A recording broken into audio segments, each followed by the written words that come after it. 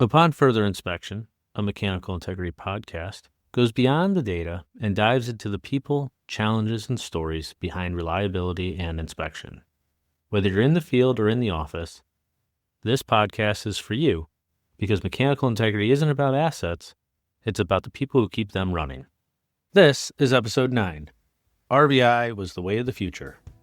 Today, we are continuing our conversation with John Reynolds.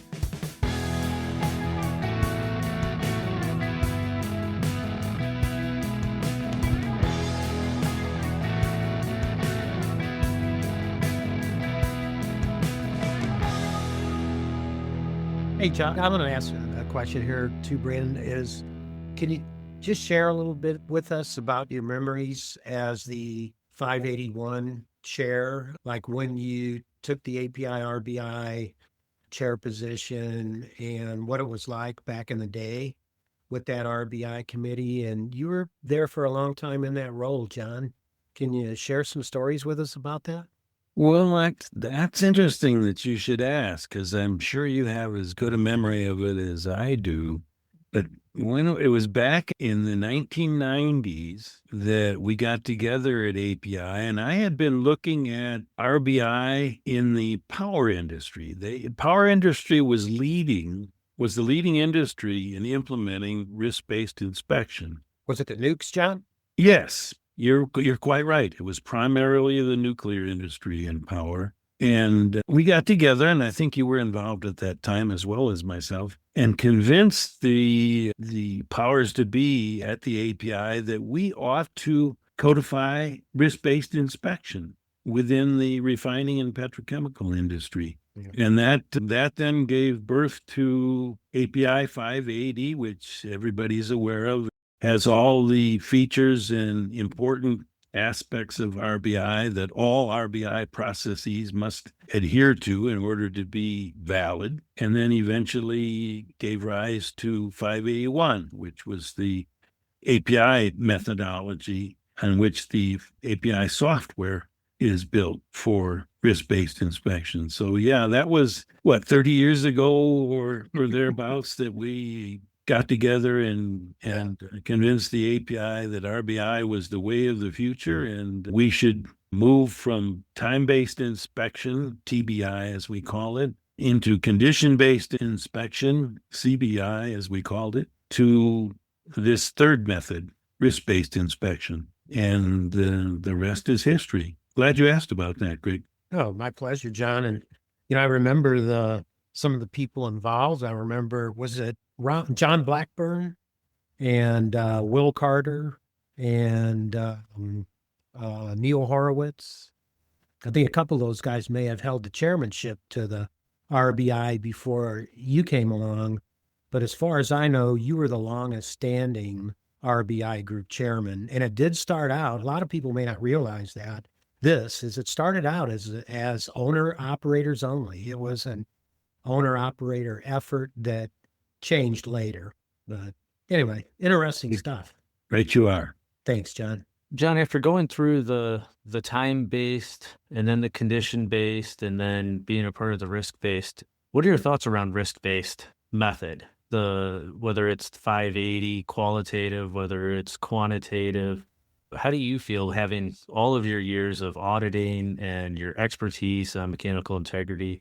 Do you think that there really is truly value there for people to move to that approach? Oh, without doubt. I'm a big proponent of moving from condition-based to risk-based inspection. It focuses the mind on, as you well know, on where the higher risks are. Now, it's not that some of that didn't go on before risk-based inspection was brought about, but risk-based inspection basically standardized the procedures for how to focus inspection activities on the highest risk issues. And before that time, it was in time-based and condition-based. There was a lot of wasted effort, spending a lot of, wasted might not be the right word, but efforts that could have been better utilized by focusing them on higher risk potential as opposed to just setting TMLs, CMLs all over the place and taking tons and tons of data and having to work with it all on the same basis, it focused the mind on where are the really higher risk issues that could cause the largest catastrophes, the largest releases, and less effort put on lower risk issues that are more likely to result in just leaks or problems that wouldn't be the kinds of catastrophes that we really need to avoid. So there isn't any doubt in my mind that those companies that have higher risk opportunities for inspection practices should be and are moving to risk-based inspection practices. Is that what you're getting at, Brandon? Yes, it is. And do you think now I'm getting even further out here. Do you think that folks need to move to a risk-based approach to be able to become safer or to run safer and more reliably? Or do you think that there's a phase before that or even in conjunction of just being more intentional with their programs to improve the reliability? Like, do you think you have to do RBI to improve your reliability? Or do you think there's also a phase there before that where just being more intentional with your programs and addressing probably a lot of the things that you find in your audits could help improve the reliability? Oh, indeed. There are a lot of reliability issues within our industry besides risk-based inspection. And I'm also convinced that condition-based inspection based on damage mechanism review and corrosion rates, et cetera, it's actually a type of risk analysis, but it isn't as formalized as RBI is. So yes, you can do a good job with condition-based inspection and all the other codes and standards that we publish and implementing all the other issues. As I said in my first book multiple times, there are 101 essential elements of fixed equipment mechanical integrity, and risk-based inspection is just one of them. Mm-hmm. So yeah, you can do a really good job without formalized risk-based inspection, but those that are dealing with higher risk, meaning the probability and consequence of having explosions, fires, huge process safety events, yes, if you have those to deal with, you should be moving to and implementing RBI. I'm absolutely convinced of it. But those that don't have the high degree of risk, in other words, higher probabilities of failure, higher consequence of failure, can probably continue to do as good a job with standard condition-based programs. Yeah, I've seen some really good programs out there that include RBI, and I've also seen some really good programs that don't. So I was just curious your thoughts after working through for as long as you have, being so involved with the development of pretty much all of MI here in our industry. Just curious your thoughts on that progression. John, I'd like to get your thoughts on, I remember you gave a presentation at the Inspection Summit.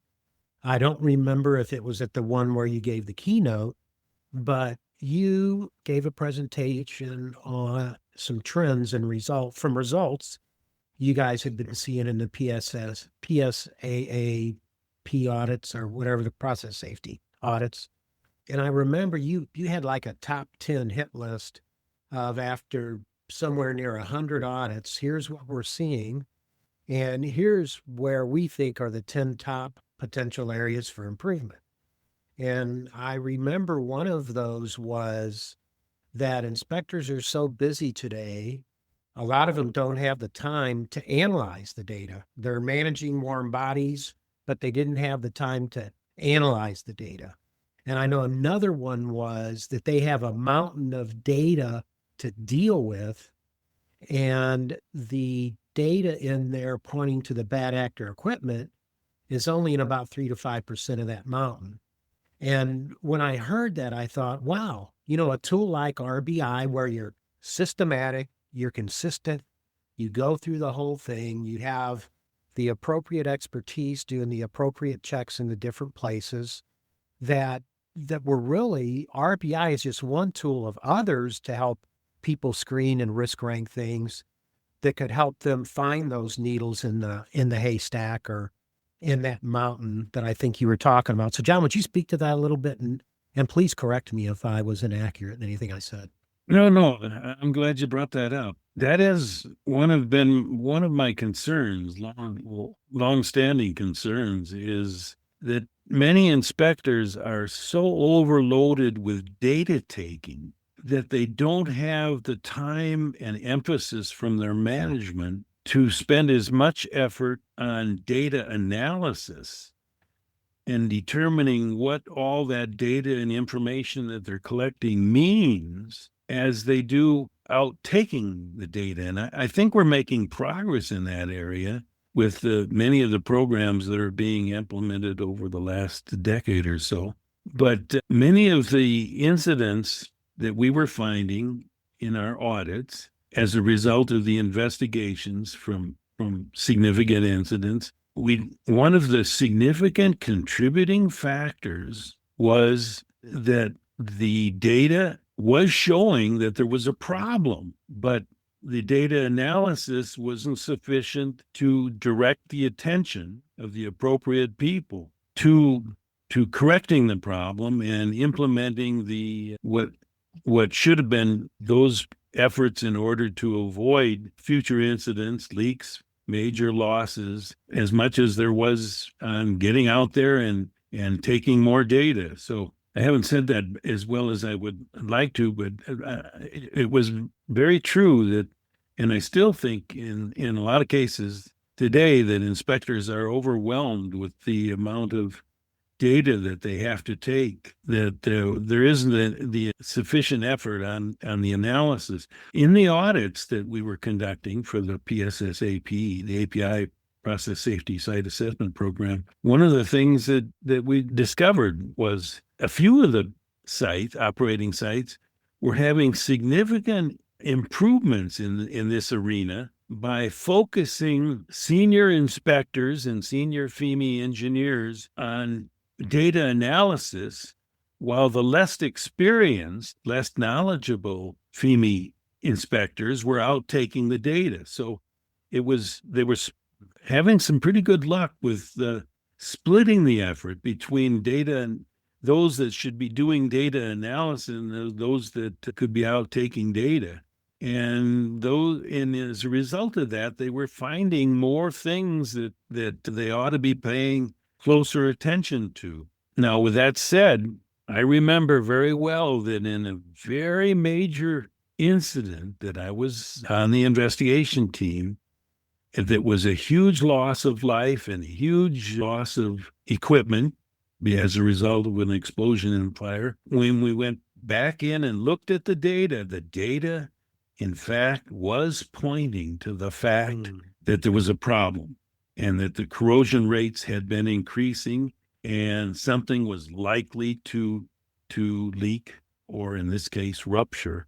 But unfortunately, the inspector involved didn't have time or wasn't taking the time to look at the data, and the result was a huge disaster.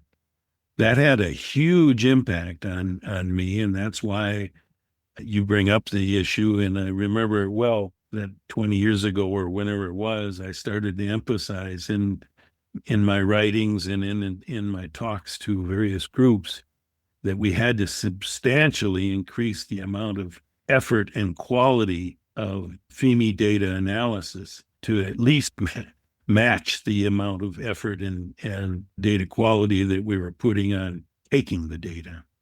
Is that what you're getting at, Greg? Absolutely. Yeah, you hit the nail spot on. Thanks, John. Thank you for listening to part 2 of our conversation with John Reynolds. If you missed part 1, The Mountains We Still Need to Climb, it's available now wherever you get your podcasts. And don't miss part 3, the final segment of our conversation with John. Thank you for listening to Upon Further Inspection, a mechanical integrity podcast. This episode was co-created by Inspectioneering and Core Solutions. Our producers are Nick Schmoyer, Jocelyn Christie, and Jeremiah Wooten. This podcast is for informational purposes only and does not constitute legal or professional advice. Listeners should seek their own qualified advisors for guidance. If you enjoyed this episode, please join us next time wherever you listen to your podcast. Until then, stay safe and stay informed.